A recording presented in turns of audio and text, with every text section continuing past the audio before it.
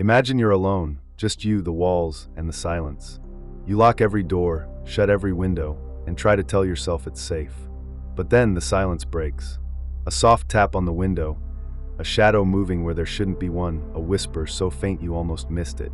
You check every room, every corner, but find nothing. Still, that feeling won't leave. Something is there, watching, waiting, and it's not coming for you tomorrow. It's right here, right now, alone in your own home, where nothing should be wrong, but everything is. Tonight, you're going to hear 3 true stories, real moments when the normal turned dark, when the familiar became frightening, and when being home alone became a fight to survive. If you think you're brave enough, stay with us. But beware, after hearing these, your own home might not feel the same again. But before we get started, here's something strange. Most viewers make one huge mistake. They leave without subscribing. Don't be one of them. Hit that subscribe button now, because tonight's journey into the darkness is just the beginning.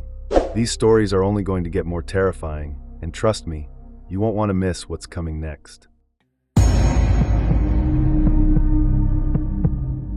Sarah was just an ordinary college student, visiting her family's old house in a quiet Texas town for the weekend. The kind of town where everyone knows each other, and the streets grow still by nightfall. She wasn't looking for trouble, just a peaceful break from campus life. But this town had a secret, whispered quietly between neighbors, passed down like a shadow behind every smile. Stories about that house, stories Sarah never paid much attention to, until now. The neighborhood was calm, almost too calm, with tall oaks casting long fingers of shadow across cracked sidewalks. As dusk settled, the fading sunlight dipped behind the distant hills, and the sounds of daytime, birds, laughter, barking dogs, faded away. The house Sarah stayed in was one her family had owned for decades. It was large, with old wooden floors and windows that rattled slightly in the wind. But there was one part of that house everyone talked about in low voices, a narrow hallway on the second floor. Family members avoided it after dark. No one spoke openly about why, but everyone knew not to go there. Sarah had always been skeptical, but now that she was alone, the house felt different. The walls seemed to listen. The air felt colder, heavier. At first, it was small things. The soft creak of floorboards behind her when she was sure she'd been alone. The faintest whisper, just beyond hearing, like the house was trying to tell her something. Every time she glanced toward that hallway, she caught a flicker of movement, a shadow slipping just beyond the edge of the light. Her heart quickened, but she told herself it was only her imagination. Still, the feeling of being watched grew stronger. At night, when the world outside went silent, the house came alive in strange ways. Footsteps echoed softly, slow and deliberate, pacing just beyond the door.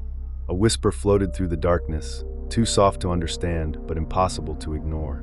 Sarah tried to stay calm, but every sound sent a chill crawling up her spine. It was as if the house held a breath, waiting for something to happen, something she wasn't prepared for. As the night deepened, Sarah's unease grew into something sharper, something she couldn't ignore. The soft whispers turned into quiet breaths in the darkness, the kind that brush against your skin but leave no one there. From her spot in the living room, she glanced toward the old hallway once again. That long stretch of worn wood, lined by faded wallpaper and dim, yellowing light. And there, at the very end, something moved. It was never fully clear, just a shape, a dark blur, always shifting, always just beyond the glow of the lamp. A shadowy figure, standing still but impossible to focus on. When Sarah blinked, it would shift, vanish, only to reappear moments later. Always in the same spot, watching. Waiting.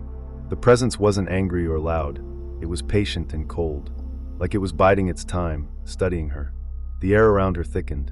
Suddenly, the soft hum of electricity faltered, and the lights flickered, throwing the entire room into darkness for a heartbeat.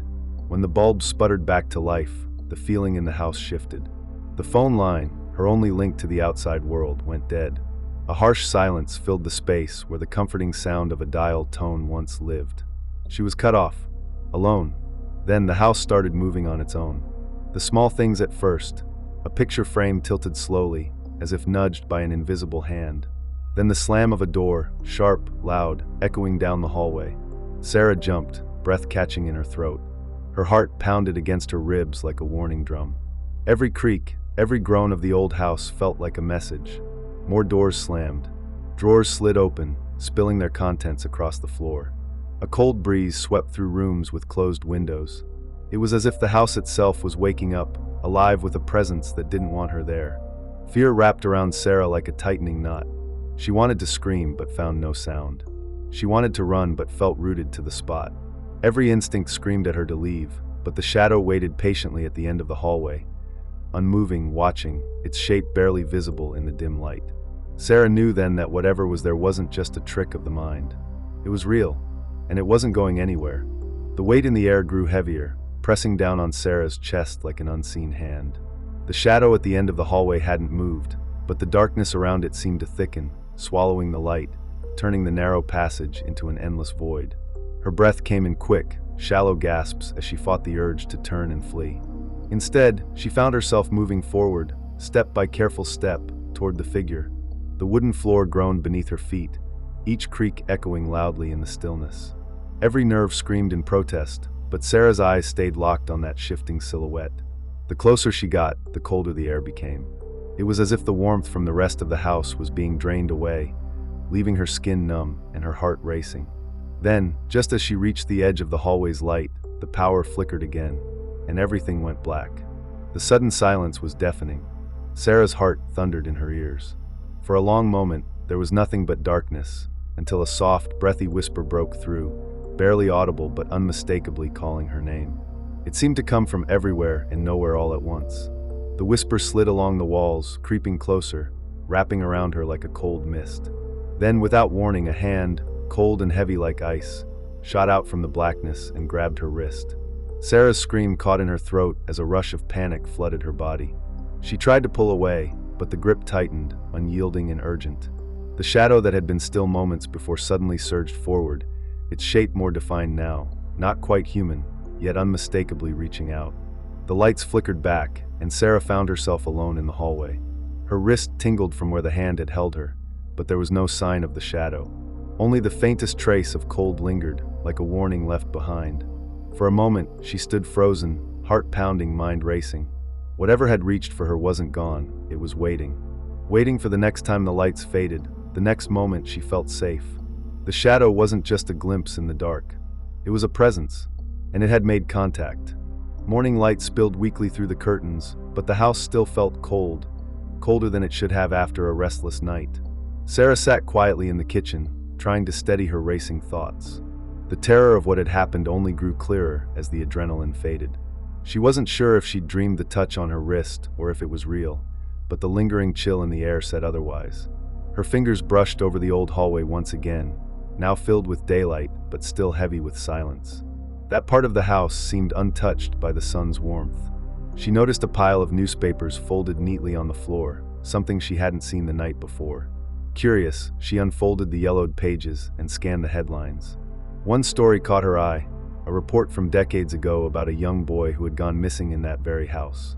The details were sparse, but the child's name was unmistakable. It was the same name Sarah had heard whispered so clearly in the dark. The article mentioned how the boy was last seen near the hallway, the very place her family had always warned her to avoid. Questions flooded her mind. Why had no one ever told her about this?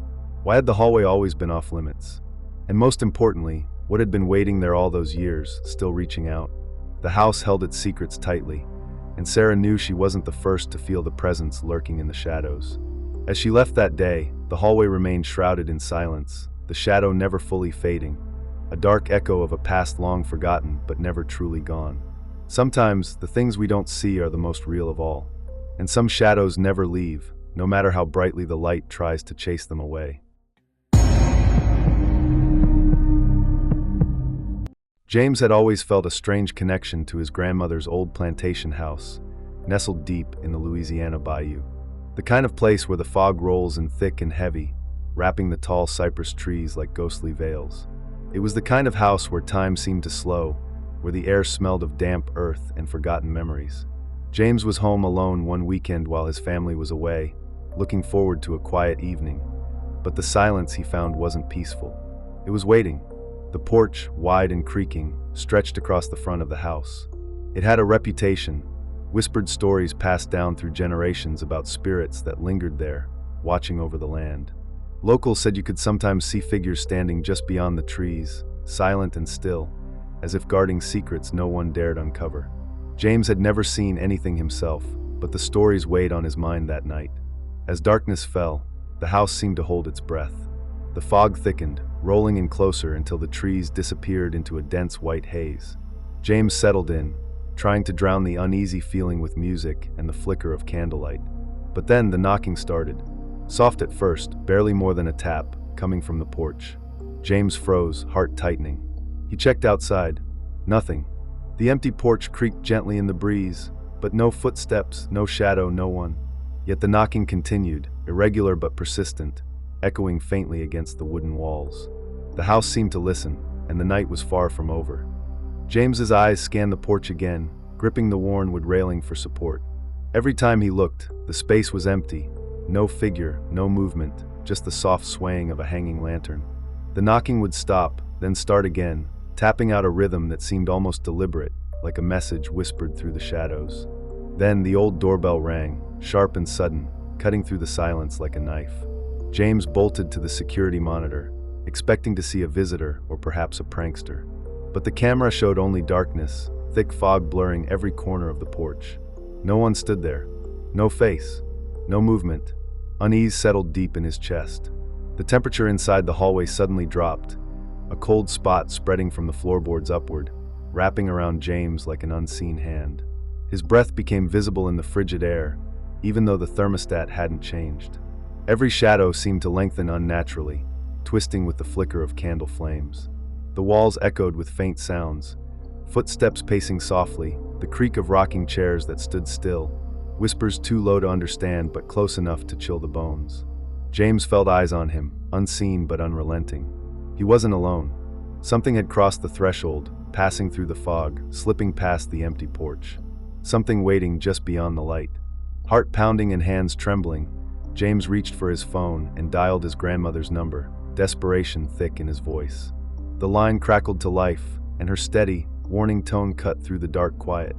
"James," she said firmly, "if anyone knocks at that door tonight, no matter what, don't open it. Some things you can't see, but they can see you. Just stay inside. Don't answer." The words hung in the air like a lifeline, but also a chilling promise. James barely had time to respond before the knocking returned, louder now, more urgent, like a desperate plea or a threat. It wasn't just knocking anymore. Low, guttural moans began to seep from the edges of the porch, blending with the sound of wind through the trees, but with a hollow, unnatural quality that made the hairs on his neck stand on end. He moved toward the window, trying to peer through the fog glass into the swirling night beyond the porch light.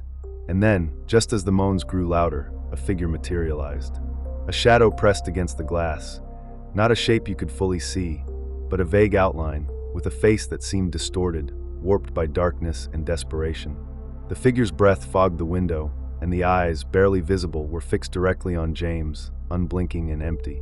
The face lingered there for long moments, silent except for the rising moans that filled the porch and seeped into the house like cold water. James felt a cold sweat break across his skin. Every instinct screamed at him to back away, to lock every door and never look again. But the face stayed unyielding. It was a presence from another time, or maybe another place, something that didn't belong in the warm safety of his grandmother's home. It was watching, waiting, reaching silently through the glass, reminding James that some doors are meant to stay closed. The first light of dawn crept through the heavy curtains, softening the edges of the night's terror, but doing little to ease the chill that still clung to the old plantation house. James, bleary-eyed and restless, stepped outside onto the porch to clear his head, hoping the fresh air would wash away the weight pressing on his chest. What he found stopped him cold. Across the weathered wooden floorboards, muddy footprints trailed away from the porch, leading down the steps and disappearing into the fog that still clung stubbornly to the ground. What made James's blood run cold wasn't just the footprints themselves, but the fact that the door to the house had never opened. No creak, no sound, nothing to suggest anyone had crossed the threshold. His mind raced, trying to explain what he'd seen the night before. The face pressed against the glass, the knocking that echoed through the darkness. Confused and shaken, James called his grandmother once more, hoping she might offer some kind of comfort or explanation. Her voice was heavy with old stories, as she shared the legend passed down through generations. A restless spirit trapped between worlds, bound to the house but unable to enter fully.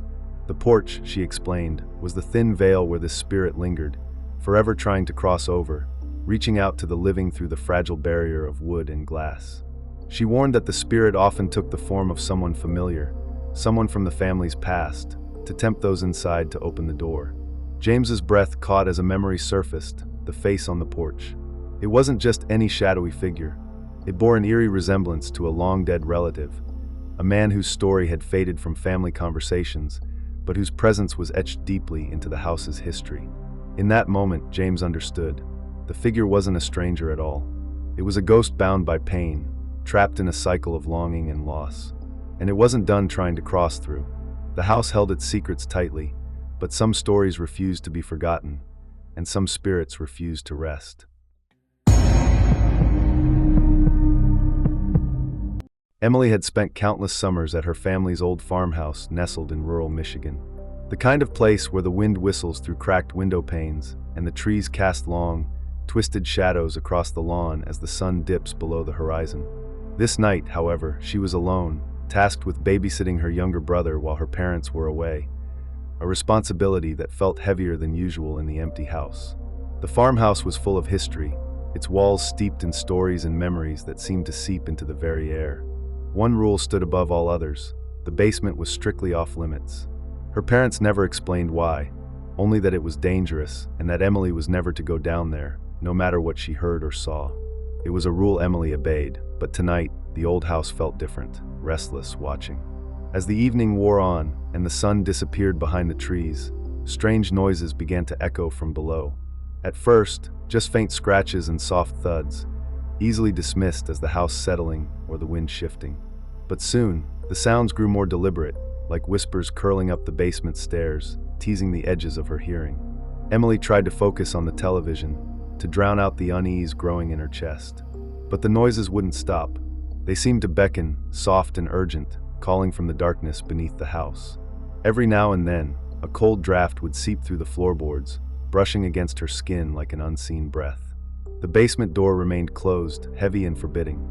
And yet, something was down there, something alive in the shadows, waiting. As the night deepened, the noises from below grew harder to ignore. At first, it was just soft whispers, faint, almost like distant voices carried on a breeze, curling around the closed basement door. Emily's ears strained to catch words, but the sounds slipped away just as she focused. Beneath those whispers came something else, faint scratching noises, as if something was clawing at the wood, trying to find a way out. She told herself it was the house settling, or maybe the wind sneaking through cracks. But the noises didn't stop. They grew louder, more insistent. Scratches became scrapes, whispers became murmurs that echoed along the hallway. The basement door, sturdy and locked tight, seemed to vibrate under the pressure of whatever was behind it, as though the shadows themselves were pressing forward, eager to be seen. Emily's heart thudded in her chest. She forced herself to stay calm, focusing on her brother's soft breathing from the other room. But every time she glanced toward that basement door, the sense of dread wrapped tighter around her. The air grew colder. Her skin prickled with the feeling of unseen eyes watching from the darkness. Then the lights flickered, a sharp, violent stutter of electricity that plunged the house into momentary blackness. The familiar glow of the lamps died, leaving only shadows to fill the room.